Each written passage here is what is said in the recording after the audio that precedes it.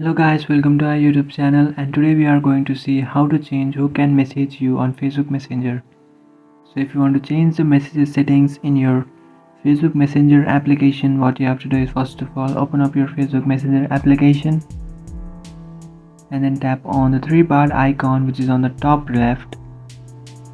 And after tapping on the three bar icon, you can find the settings icon which is on the top right, and tap on the settings icon and just scroll a bit down, and in preferences you can find privacy and safety. Just tap on privacy and safety and then tap on message delivery. So the first option is for those who are saved in your contacts. So tap on that first option, and if you just tap on message request or don't receive message, and the second option is friends on Facebook.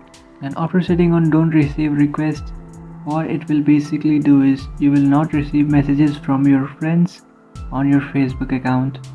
And the third option is others on Facebook.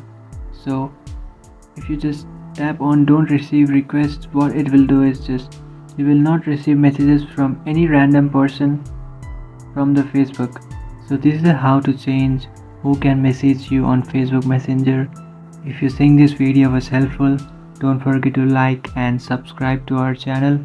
If you have any doubts, feel free to comment below. Thanks for watching.